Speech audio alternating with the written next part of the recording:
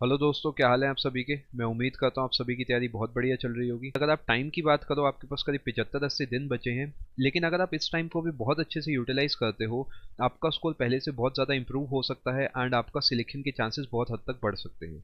सबसे पहले तो मैं आपको एक बात बताना चाहूँगा कि ये जो वीडियो है ये ऑल इन वन वीडियो है। जितने भी आपके डाउट्स होते हैं सबके सब मैं इसी के अंदर कवर करने वाला हूँ, चाहे वो स्ट्रैटेजी से लेके कौन सी किताबें फॉलो करनी है, कौन सी नहीं पढ़नी है, ये भी मैं आपको बताऊंगा। क्या आपका प्लान होना चाहिए सारे दिन का, इसके अलावा आपको कहाँ से मॉक टेस्ट की प्रैक्टिस करनी है, तो किस टाइप के मॉक टेस्ट लगाने हैं, ये सब चीज़ें भी हम इस वीडियो में डिस्कस करने वाले हैं। तो इस वीडियो को अगर आपको पसंद आती है, वीडियो को आप लाइक ज़रूर करना। अपने दोस्तों से आप इसे शेयर भी कर सकते हो। लाइक आप करते हो तो इससे हमें मोटिवेशन मिलता है एंड आगे आने वाले टाइम में भी हम आपको इसी टाइप का कंटेंट जल्दी से जल्दी देने की कोशिश करते हैं। सबसे पहले मैं आपसे बात करता हूँ इंग्लिश की। इंग्लिश में देखो, मेन जो दो सबसे बड़े इश्यूज रहते हैं सभी लोगों के साथ, वो है वोकैबुलरी और ग्रामर। काफ़ी लोगों की वोकैबुलरी वीक होती है, काफ़ी लोगों को लगता है ग्रामर के जो रूल्स हैं वो उन्हें समझ नहीं आते। आपको अभी से लेकर एग्जाम तक रोज़ का 1 घंटा वोकैबुलरी, रोज़ का 1 घंटा ग्रामर बिल्कुल फिक्स कर देना है, बिल्कुल लॉक कर देना है, इसे कहीं मूव नहीं करना। और इसके अंदर भी आपको अलग अलग चीज़ें रोज़ पढ़नी है। ऐसा नहीं है कि एक हफ्ता लगातार सिनोनिम्स पढ़ रहे हो, एक हफ्ते लगातार ईडियम्स पढ़ रहे हो, नहीं। एक दिन आप क्या करो, सिनोनिम्स पढ़ो, एक दिन आप पढ़ो ईडियम्स, एक दिन पढ़ो वन वर्ड। इस टाइप से अगर आप रोज़ फ्रेश वे में कुछ ना कुछ पढ़ोगे, आप कम टाइम में ज़्यादा याद कर पाओगे। और अगर मैं ग्रामर की बात करूँगा तो स्पेसिफिकली आपको रूल्स पे बहुत ज़्यादा फोकस करना है। रूल्स में कुछ जो एक्सेप्शंस होती हैं उन्हें आप अपनी कॉपी में स्टार बना के अलग से नोट कर सकते हो कि सो एंड सो केस में मुझे ऐसा नहीं करना और बाकी सभी केसेस में करना है। और ग्रामर के केस में भी मेरा देखो आपसे सजेशन ये रहेगा कि आप एग्जाम्पल्स को बहुत अच्छे से समझना, क्योंकि जो हर एक रूल के बाद दो चार एग्जाम्पल्स होते हैं वो बहुत ज़रूरी होते हैं। कौन सी किताब से पढ़ना है ये भी मैं आपको इसी वीडियो में बताने वाला हूँ, तो परेशान होने की बिल्कुल भी नीड नहीं है। अगर मैं आपसे बात करता हूँ इसके बाद quantitative aptitude that is maths की, रोज के 2 घंटे कोई सा भी एक टाइम अपना बिल्कुल फिक्स कर दो अगले 75 दिन। इसमें आपको अरिथमेटिक और एडवांस करनी है। कैसे करनी है अब इस बात को ध्यान से समझना।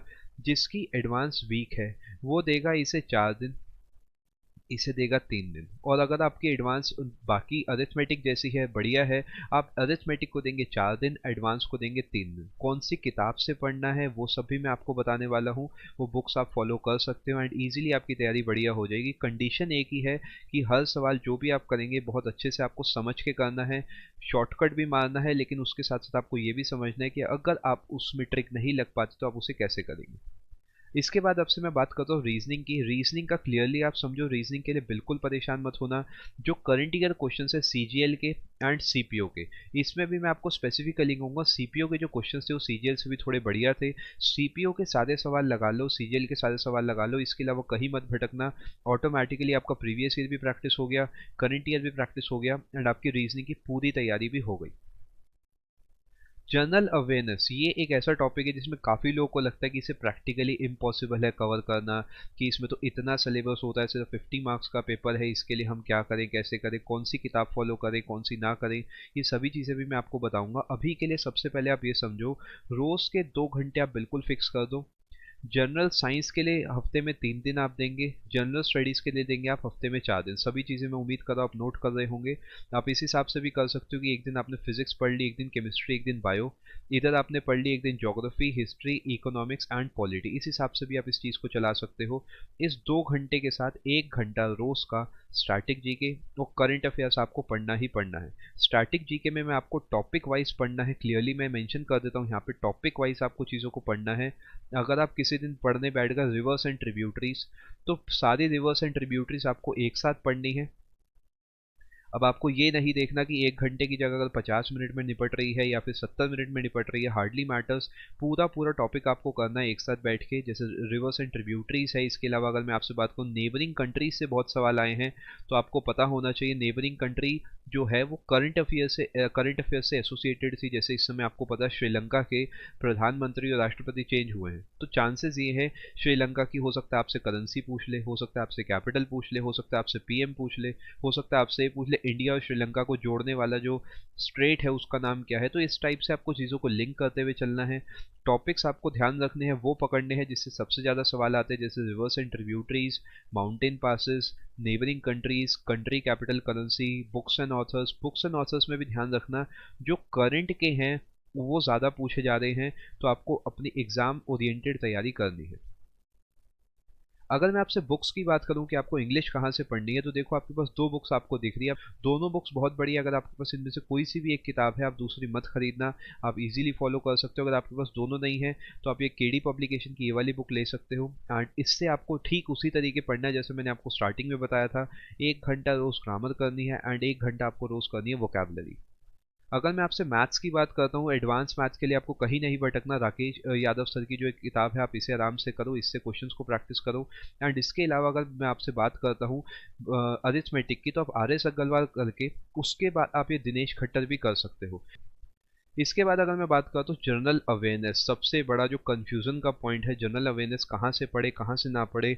अब इसमें भी काफ़ी बच्चे पूछते हैं कि क्या हम लूसेंट के ऑब्जेक्टिव लगा लें, क्या हम सभी क्वेश्चंस को उन्हें प्रैक्टिस करके चले जाए, उससे काम बन जाएगा। देखो मैं आपको क्लियरली बता देता हूँ, उस किताब में इतनी गलतियां हैं जिन्हें आप गूगल करते करते, करेक्ट करते करते परेशान हो जाओगे, जल्दबाजी में गलत आंसर्स याद कर लोगे। मेरा पर्सनल सजेशन ये रहेगा, आप अवॉइड करो। वही एग्जाम में याद रहेगा जिस थ्योरी को आप बिल्कुल इन डेप्थ तक पढ़ोगे, बिल्कुल डीप में पढ़ोगे। तो कोशिश आप ये करो कि आप ऑब्जेक्टिव बुक की तरफ ना जाते हुए लूसेंट जो आपको स्क्रीन पर दिख रही है आप इसे पढ़ो। एंड अगर आप थ्योरी अच्छे से करते हो तभी आप एमसीक्यू टिक कर सकते हो। इस पॉइंट को आप समझना। फॉर एग्जांपल आपने क्या करा, आपने कोई एमसीक्यू याद कर लिया, अब उसमें आपसे पूछा कि बताओ कौन सा ऐसा ग्लैंड है जो आपकी बॉडी का सबसे बड़ा ग्लैंड है। अब आपने क्या करा, उस किताब में याद कर लिया लीवर। अब एग्जाम में आपसे हो सकता है पूछे कौन सा ऐसा ग्लैंड है जो एंडोक्राइन भी है, एक्सोक्राइन भी है। आपने चलो उसे भी याद कर लिया, पैनक्रियास। अब हो सकता है एग्जाम में इस बार आपसे पूछ ले ऐसा कौन सा जो हार्मोन भी सिक्रीट करता है एंड एंजाइम भी सीक्रेट करता है। अब ये तो उसमें हो सकता है नहीं लिखा होगा, लेकिन प्रैक्टिकली तो कुछ है ही नहीं, ये वही तो है आपका एंडोक्राइन एंड एक्सोक्राइन। उसी सवाल को एसएससी ने पलट के दे दिया। लेकिन अगर हम सिर्फ क्वेश्चन आंसर्स याद करके जाएंगे तो ये मतलब हमें समझ नहीं आ पाएगा। आई होप आप पॉइंट को समझ रहे होंगे। आपको डेप्थ तक जाना है, पूरी थ्योरी, पूरा कॉन्सेप्ट एक साथ समझना है। उसके बाद आप उस सिंपल सी थ्योरी से मल्टीपल एमसीक्यूज इजीली सॉल्व कर सकते हो। आई होप आपको पॉइंट समझ में आ गया होगा। अब एक और सवाल बनता है कि थ्योरी हमने पढ़ ली, सब प्रैक्टिस हमने बुक से कर ली, इंग्लिश भी हमने पढ़ ली, हम कहाँ से कैसे तैयारी करें। देखो रीजनिंग के लिए मैंने आपको ऑलरेडी बता दिया, आपको कहीं नहीं भटकना, सिर्फ सीजीएल के सीपीओ के अपना सवाल कर लेना, उससे अपना काम बन जाएगा। और अगर मैं बाकी सब चीज़ों की भी प्रैक्टिस की बात करूँ, आपको सबसे पहले करंट ईयर क्वेश्चंस करने हैं। सीजीएल के सीपीओ के जितने भी एग्जाम्स कंडक्ट कराए हैं टीसीएस के आने के बाद एसएससी ने, आपको उन सबको फॉलो करना है। अगर आप सिर्फ इन्हें भी कर लेते हो तो आप एक बहुत बड़ा स्मार्ट मूव करोगे जिसमें आपके करंट ईयर क्वेश्चन भी कवर हो गए, इसके साथ साथ आप कहोगे आपकी बहुत सारी प्रैक्टिस भी हो गई। अब सवाल अगला आता है कि इसमें कोई अगर टाइम बाउंड मैनर में करना चाहे, जिसको लगता है कि उसकी स्पीड कम है, उसके लिए क्या करा जाए।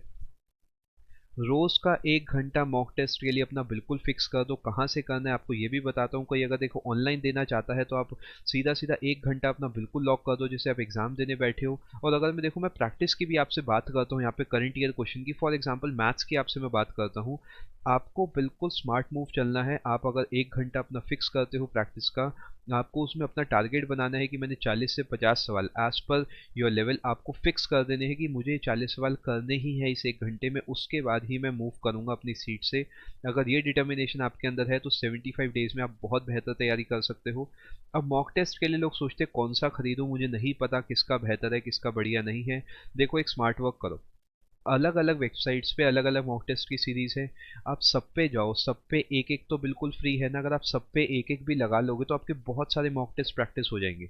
तो आपको मैं यही कहना चाहूँगा, आप सीधा सबसे पहले स्टार्ट करो अनअकैडमी से। अनअकैडमी पे भी जो मॉक टेस्ट है उसमें जो पहला है वो बिल्कुल फ्री, आप वहाँ से प्रैक्टिस कर सकते हो। इसके अलावा अगर मैं आपसे बात करूँ, कोई अगर करंट ईयर क्वेश्चन के साथ जितने भी मॉक टेस्ट हैं आप एक्सेस करो, अच्छे से पढ़ो। अगर आपको अनअकैडमी प्लस के सारे मॉक टेस्ट चाहिए, इसके साथ आपको प्री मेंस डिस्क्रिप्टिव सभी कुछ तैयार करना है, आप कहीं मत भटको। अनअकैडमी प्लस पे सारे के सारे एजुकेटर्स आपको जो पढ़ा रहे हैं सब हाईली क्वालिफाइड है, कंट्री के बेस्ट एजुकेटर्स हैं। चाहे वो वाईफाई स्टडी हो, चाहे वो अभिनय सर हो, चाहे वो प्रतियोगिता मंत्र हो, आफरीन मैम हो, रानी मैम हो, सभी एजुकेटर्स के सारे कोर्सेज प्री मेंस डिस्क्रिप्टिव सब कुछ मिला के पूरे 1 साल के लिए आपको इस रेट में पड़ जाएंगे अगर आप डिस्काउंट कोड लगाते हो प्रतियोगिता मंत्रा, जिसमें सभी एजुकेटर्स के सारे कोर्सेज, जितने मॉक टेस्ट है सारे के सारे हैं, और जितने भी आपको स्क्रीन पर दिख रहा है सब कुछ इसके अंदर इंक्लूडेड है, चाहे वो डाउट सेशन हो, क्लास पीडीएफ हो, जितना भी मटेरियल है। बस आपको जब प्लान चूज करना है तो आपको मान लो आप 12 महीने, 6 महीने, 3 महीने कोई सा प्लान चूज करते हो, मेरे हिसाब से आप 12 महीने का करेंगे तो बेहतर रहेगा। तो आपको डिस्काउंट कोड लगाना है प्रतियोगिता मंत्रा, जैसे ही आप इसे लगाओगे आपको फाइनल प्लान इस रेट में पड़ जाएगा। यही सेम डिस्काउंट कोड 6 महीने, 3 महीने में वैलिड है, लेकिन आपको मैक्सिमम डिस्काउंट मिलता है 1 साल में, और उसमें आपको सभी एजुकेटर्स के सारे कोर्सेज इस रेट में पड़ जाते हैं। अगर आप किसी और चीज़ की भी तैयारी कर रहे हैं, फॉर एग्जांपल रेलवेज की, बैंक की, यूपीएससी की, तो भी आप सेम डिस्काउंट कोड से मैक्सिमम डिस्काउंट ले सकते हैं। आई होप आपको वीडियो पसंद आई होगी। Thank you so much, have a very nice day, take care, God bless you.